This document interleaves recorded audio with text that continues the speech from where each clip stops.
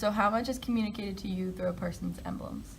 Communication through emblems is a nonverbal form of communication that has a verbal component to it. People's tattoos, a yarmulke, a burqa, are all symbols of who a person is and where they have gone.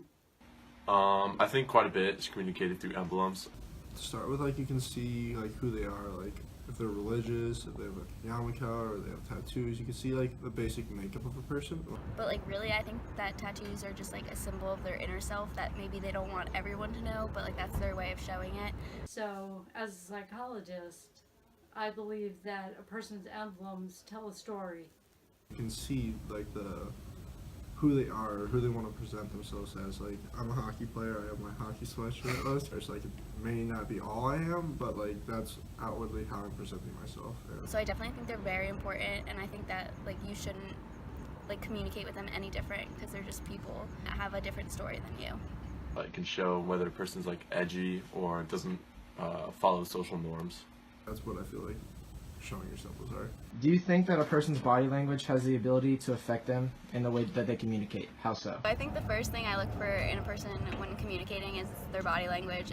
Yeah, body language definitely says a lot. If someone's slumped over or something, it gives off a signal right away to whoever they're communicating to. Since nonverbal communication says a lot about whether they are open or closed to the fact of even being there.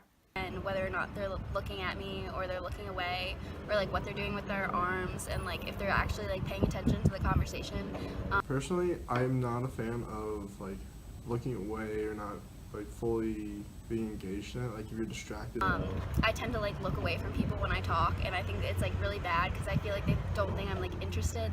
Sometimes people don't take me seriously or think that I'm not paying attention. So I think it's really important to focus on that conversation. Person is sitting with their arms crossed like this. They have a defensive pose. They're not open to the fact of even being in session, of being open to the communication that is occurring. If a person leans in, they want to know more about what's going on. They're open to the fact that they are there for a reason and they are committed to the conversation. And how do you think your own posture helps other people perceive you? Do you change your posture or body expression for people to think of you in a different way? 100%, 100%. I think my own posture has a lot to say with how other people perceive me.